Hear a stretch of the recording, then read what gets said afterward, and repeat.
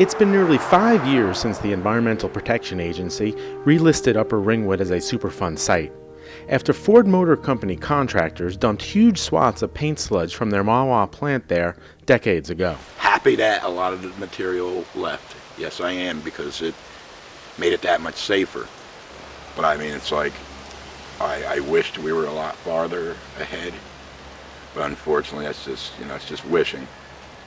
The 500-acre tract, which is home to the Ramapo Mountain Indians, had been a Superfund site in the 1980s, and the EPA has been back 4 times to remove more paint sludge, in what remains the most embarrassing episode in the program's history. We're still talking about some of the same issues, still trying to figure out how much sludge, how much poison Ford dumped up here, and we still haven't gotten some clear answers as to how much waste is still left behind in the mine shafts. Ford maintains that the dumping was legal and occurred in less than 4 years between 1967 and 1971, and claims the area became a disposal area used by Ringwood Borough and others. Under EPA's direction, contractors for Ford have hauled away nearly 47,000 tons of paint sludge and tainted soil since 2004 alone. Ford is committed to addressing the paint sludge issues at the site and making sure that's done correctly. Residents and environmentalists acknowledge the progress, but many are troubled by the slow pace of the cleanup. It's 5 years later, and it's disappointing because you would think 5 years a lot could be done, and there's really nothing been done here in months. I'll tell you, I bet you 8-9 months I haven't seen anything. Take it out, it's 5 years. There's no excuse. I can't find an excuse for that. It makes no sense at all. Yet the EPA's Joe Gowers, who has overseen the cleanup project since 2004, says progress has been made. The fact is there has been progress, and part of the problem with this site, or the issue with this site, is a lot of the material was covered. I mean, you really didn't see it initially. It had been revegetated essentially. Nature had reclaimed the land. You have trees growing, grass growing, but I can assure you that we have removed a lot of material over the last 5 years. Nearly all 12 sludge removal areas have been cleaned up, including the aptly named Sludge Hill, where children once played in paint tainted with arsenic, lead, chromium, and chemicals in the 1960s. The residents call this area Sludge Hill, and there was a lot of sludge in this area. Clearly, paint sludge had been disposed of down the hillside. Then over time, of course, the vegetation grew on top of all that material. But this was one of the major players because we enjoyed coming off the hill on car hoods. Like I said, and everybody played cowboys and Indians except for we was painting our faces with poison. Cleanup in this area was actually completed back in 2008. The area was seeded, grass was planted on the area to basically control erosion temporarily. So the next step here would be the restoration of the area with appropriate wetlands. Yet fences still surround these areas, and they remain off limits to the public, including trails that lead to Ringwood State Park. And many in the Upper Ringwood community are growing frustrated. I'm very, very happy with every truckload, every ton, every cubic yard that left. But I'm more frustrated in how much is really here that hasn't been taken away.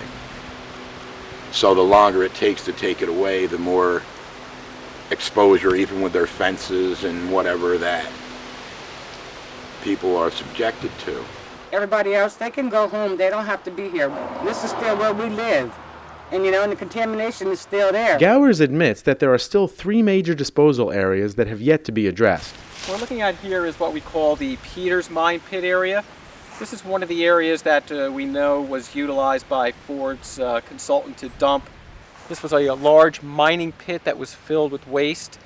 It was actually filled up to ground surface essentially at the time that Ford left this area. However, over time the material has subsided, and what you're seeing is basically a small pond which is now in that area of subsidence. The issue, I guess, is that we do have some low levels of organics, benzene, which are being found in monitoring wells down gradient of this area. So we will be looking at no action, capping, possibly stabilization of the area, or digging it all up and bringing it off-site. He points to areas of improvement, though, such as the SR3 area at the end of Peters Mine Road. 5 years ago, what this looked like was basically a hillside that was covered with trees, essentially.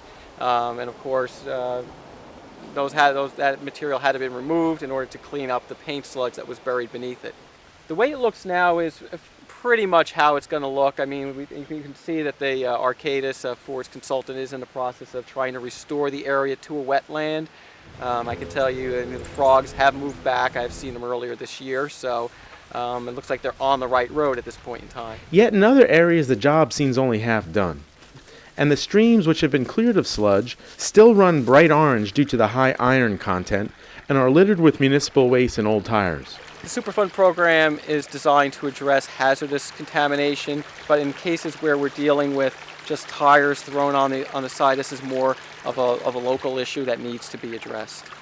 Typically, Superfund sites progress slowly and often stall with battles between the EPA and polluters. Environmentalist Bob Spiegel, who's been an ardent watchdog all along, says Ford has done their best to stall. They spent 2 years fighting with the EPA, even though we found arsenic in the sludge that was there, even though we tested it, found arsenic, EPA tested it and found arsenic, even Ford tested it. They spent 2 years and hundreds of thousands of dollars on studies, and at the end of the day, they were forced to clean it up. And so while I wish the site was cleaned up, we're hoping that next year we finally start to see the light at the end of the mine shaft, so to speak. Ford would not comment on camera, but spokesperson John Holt said in an email, Ford has worked cooperatively with the EPA at every step to expedite the cleanup and restoration of the site. In many instances, we have gone above and beyond the requirements. The results and EPA's results at the last. One of the more positive developments has been the government's improved relations, with the formation of a community advisory group. The EPA created the CAG to monitor progress and includes members of the community, elected officials, and environmentalists. The group meets monthly with EPA and Ford and other representatives. But the job of rebuilding trust doesn't come easy. In mid-November, the State Department of Environmental Protection began soil testing on 18 residential properties. A process stalled for 5 years because homeowners did not trust the EPA.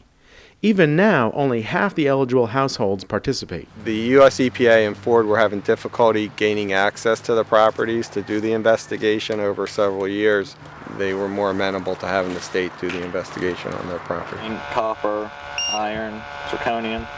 And the surface soil sampling is mostly directed at lead and arsenic, the primary contaminants that have been found associated with the paint sludge disposal. So what will become of the site?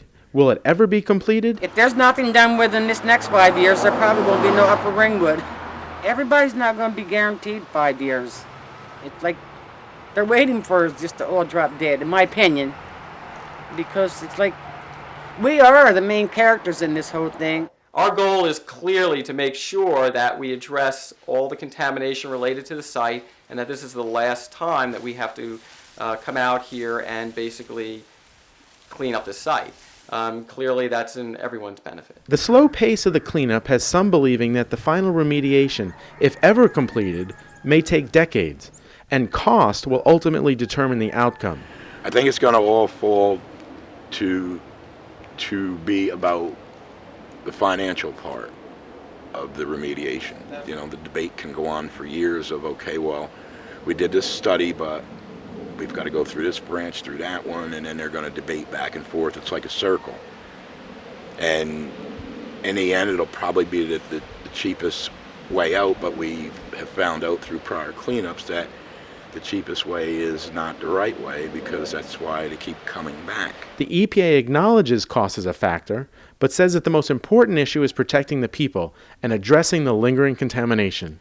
Again, you know, basically it's the way our process works. We want to make sure that we're selecting the best fit alternative for each of the areas at the site. 5 years from now, I think we'll be the same place we are today because of debate. You know, and the debate doesn't save a life, an action does. This is Thomas E. Franklin for NorthJersey.com.